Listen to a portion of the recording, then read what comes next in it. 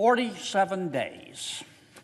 That's how long it's been since President Trump signed the Tax Cut and Jobs Act into law. And what a 47 days it's been. We're already beginning to see what meaningful tax relief looks like for middle and working class Americans. In just 47 days, well over 3 million American workers, the people who get up every day and go to work and obey the law and try to do the right thing by their kids. In just over 47 days, over 3 million Americans have received wage increases, benefits increases, and/or bonuses. Now, Mr. President, I've heard a number of so-called experts. It's been my experience that the experts are almost always wrong, but that's a separate subject. I've heard many so-called experts say that if Congress reduced the corporate tax rate from 40 to 21%, that if the United States Congress lowered taxes on Subchapter S corporations and LLCs and LLPs and sole proprietorships and family farms, that the benefits would only be felt by the so-called rich. Mr. President, I would respectfully suggest that those 3 million Americans who've received bonuses and higher wages and more generous benefits, once again in just 47 days, would not agree with the experts. In those 47 short days, over 330 companies have passed along their tax savings to their employees. One of my states, I'm from Louisiana, one of my state's largest employers, J.P. Morgan Chase, has increased minimum wages and expanded benefits for its hourly workers. Real money, higher take-home pay. J.P. Morgan Chase has also planned a $20 billion 5-year domestic investment that will benefit those Americans who own homes, who own small businesses, or those who would like to someday as part of the American dream. Honeywell, another well-recognized corporation. Honeywell happens to have a manufacturing plant in Geismar, Louisiana. Honeywell was quick to increase its 401k match for its employees, helping to ensure certainty for people after retirement. Bancorp South, another company that does business in Louisiana, it gave raises to 70% of its employees right off the bat within the first 47 days. AT&T has 4,600 employees in Louisiana. Those employees are going to see $1,000 in a bonus, and many other benefits of a $1 billion increase in investment by the company, all as a result of the passage of the Tax Cuts and Jobs Act legislation. Now, there are other businesses with footprints in Louisiana, businesses like Home Depot, Cabot Oil, Starbucks, Visa, American Airlines, Capital One, Southwest Airlines, Bank of America, Apple, Fidelity, Humana, Nationwide, Regions, Verizon, and FedEx, and I just named a few.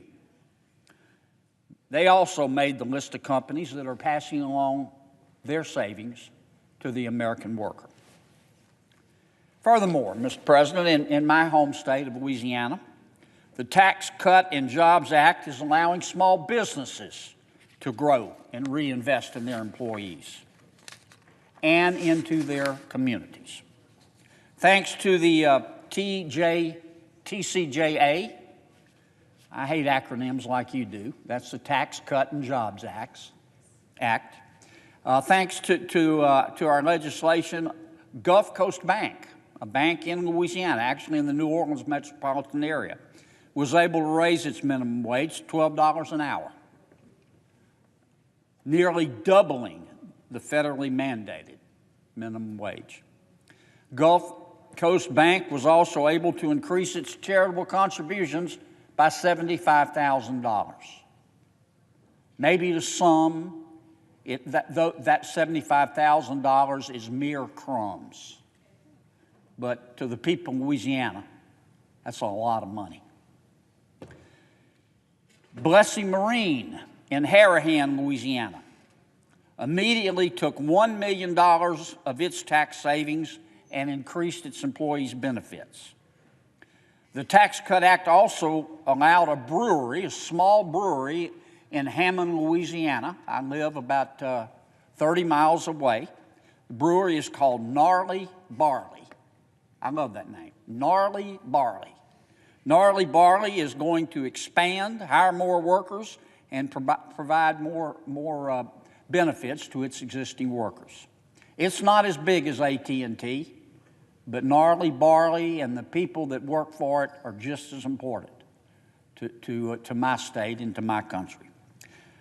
I'd also point out that another Louisiana bank, Iberia Bank, is giving 80% of its employees $1,000 bonuses.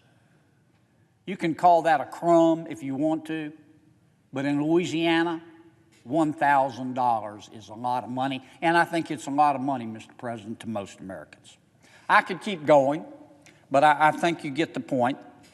The Tax Cuts and Jobs Act promised just about every American family and just about every American worker and nearly every American business, large and small, a tax break.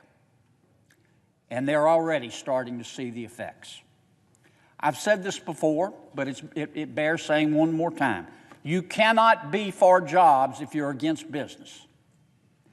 You'll never hear a politician say he is against jobs or she is against jobs. Every politician is for jobs. But you cannot be for jobs if you're against business. And in order for businesswomen and businesswomen to succeed, they need four things. They need reasonable regulations. They need a well-trained workforce. They need decent infrastructure, and they need low taxes.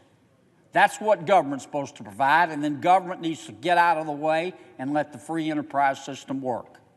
Our Tax Cut and Jobs Act provided those low taxes, and I'm very proud of the legislation. Last September, I stood here and talked about the importance of tax relief for American families, businesses, and industries, and for the overall health of our economy. Finally, I didn't know if I'd see the day. Finally, we're on track to see better than average economic growth. And I'm talking about 3+%. We talk about 3% growth as if it's the Holy Grail, but it's just average for the American economy. Our burdensome tax code, it is clear now, was hamstringing our job creators, limiting productivity, and keeping wages about as low as they were, adjusted for inflation, as in 1999. The American economy needed a shot in the arm, and that shot in the arm came 47 days ago. I think the outlook for our economy is better now than certainly it's been in 10 years.